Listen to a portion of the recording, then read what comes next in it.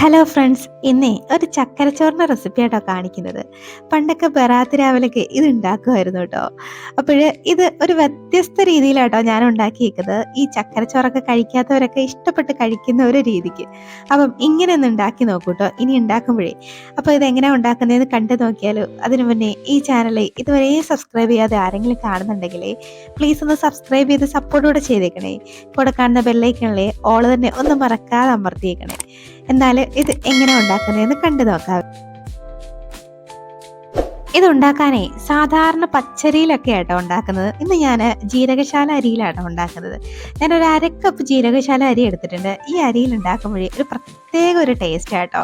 അല്ലെങ്കിൽ നിങ്ങൾക്ക് ബിരിയാണി അരി ഏത് ബിരിയാണി അരിയിൽ ഉണ്ടാക്കാം, അല്ലെങ്കിൽ പച്ചരിയിൽ വേണമെങ്കിലും ഉണ്ടാക്കാം.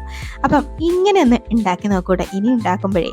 അപ്പം ഇതാദ്യമേ ഒരു അരക്കപ്പ് ഞാൻ എടുത്തിട്ടുണ്ട്. അപ്പം ഇത് കുറച്ച് വെള്ളം ഒഴിച്ചിട്ട് നന്നായിട്ടൊന്ന് വാഷ് ചെയ്തെടുക്കാം. ഒരു 2-3 വട്ടമൊക്കെ വെള്ളം ഒഴിച്ച് ഒന്ന് വാഷ് ചെയ്ത് ഒന്ന് അരിച്ചെടുക്കണം കേട്ടോ. അപ്പൊ ഞാനിതൊന്ന് വാഷ് ചെയ്ത് ഒന്ന് മാറ്റി വെക്കുന്നുണ്ടേ.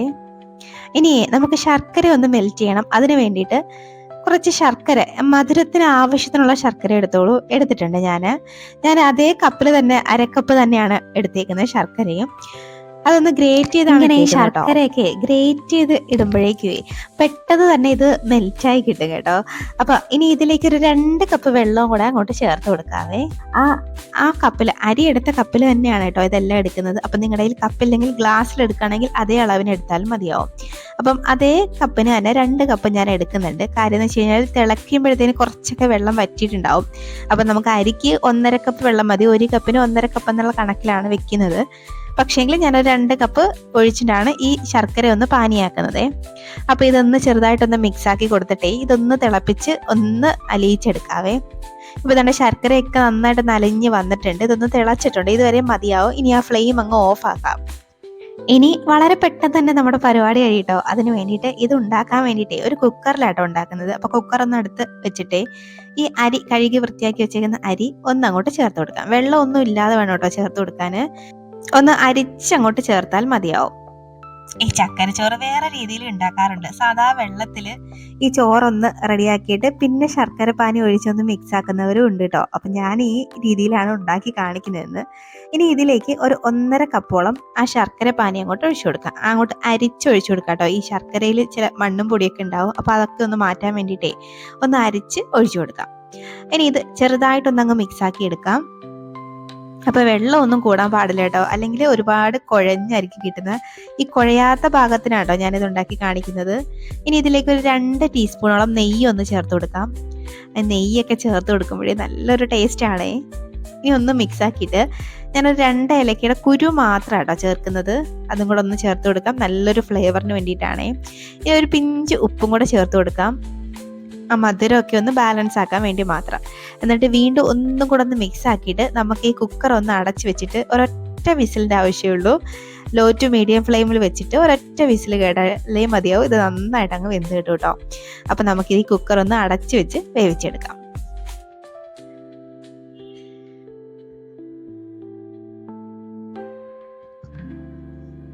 അപ്പം ഇത് വെച്ചിട്ട് എവിടെയും പോവരുത് കേട്ടോ.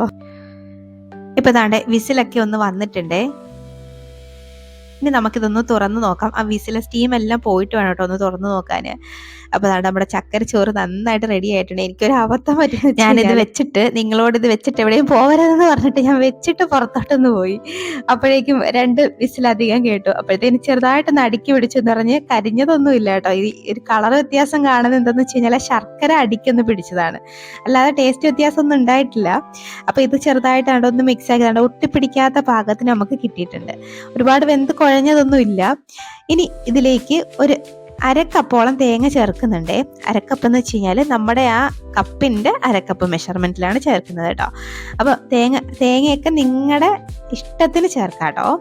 അപ്പോൾ നമുക്ക് ഒരുപാട് തേങ്ങ ചേർക്കണമെങ്കിൽ ചേർക്കാം. എനിക്ക് അത്യാവശ്യം കുറച്ച് തേങ്ങ അടിക്കുന്ന ഇഷ്ടമാണ്, അതുകൊണ്ട് ഞാൻ ഇച്ചിരി അധികം ചേർത്തിട്ടേ ഒന്നങ്ങ് മിക്സ് ആക്കിയിട്ട് നമുക്കിതങ്ങോട്ട് മാറ്റി വയ്ക്കാം. ഇനി ഇതിലേക്ക് കുറച്ച് കാഷ്നട്ട് ഒന്ന് ഫ്രൈ ആക്കി ഇട്ട് കൊടുക്കണം, അത്രേ ഉള്ളൂ കേട്ടോ.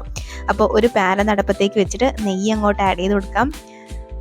ആ നെയ്യ് ഒന്ന് ചൂടായി വരുമ്പോഴേക്ക് കുറച്ച് കാഷ്നട്ട് വേണമെങ്കിൽ നിങ്ങൾക്ക് ഉണക്കമുന്തിരിയൊക്കെ ഫ്രൈ ആക്കി ഇടാം. ഞാനതൊന്നും ചേർക്കുന്നില്ല, ഞാൻ കുറച്ച് കാഷ്നട്ട് മാത്രമേ ചേർക്കുന്നുള്ളൂ. ചേർത്തിട്ട് ഒന്ന് ഫ്രൈ ആക്കി ഇതിനകത്തോട്ട് അങ്ങോട്ട് ചേർത്ത് കഴിഞ്ഞാലേ പൊള്ളി ടേസ്റ്റാണ് കേട്ടോ.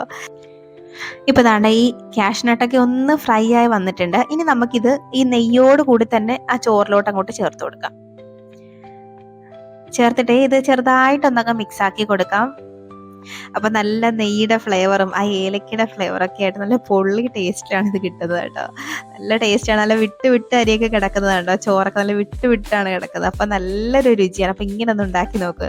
നമുക്കിനി ചൂടോടെ തന്നെ അങ്ങോട്ട് സെർവ് ചെയ്താലോ. ഇതിന്റെ കൂടെ ഒരു പപ്പടവും കൂടെ അതിന്റെ കൂടെ പൊടിച്ച് അങ്ങോട്ട് ചേർത്ത് അങ്ങോട്ട് കഴിക്കണം കേട്ടോ. പൊള്ളി ടേസ്റ്റാണ്. അപ്പൊ നിങ്ങൾ എല്ലാവരും ഇങ്ങനെ ഒന്ന് ട്രൈ ആക്കി നോക്കൂ. എന്നിട്ട് നിങ്ങളുടെ അഭിപ്രായം മറക്കാതെ കമന്റ് ബോക്സിൽ ഒന്ന് അറിയിക്കണേ. പിന്നെ ഈ റെസിപ്പി ഇഷ്ടമായാലും ഒന്ന് ലൈക്ക് ചെയ്യാനും കൂടെ മറക്കല്ലേ. അപ്പൊ ഇനി ഒരു റെസിപ്പിയുമായി വീണ്ടും കാണാടോ. അതുവരേക്കും ബൈ. Thanks for watching.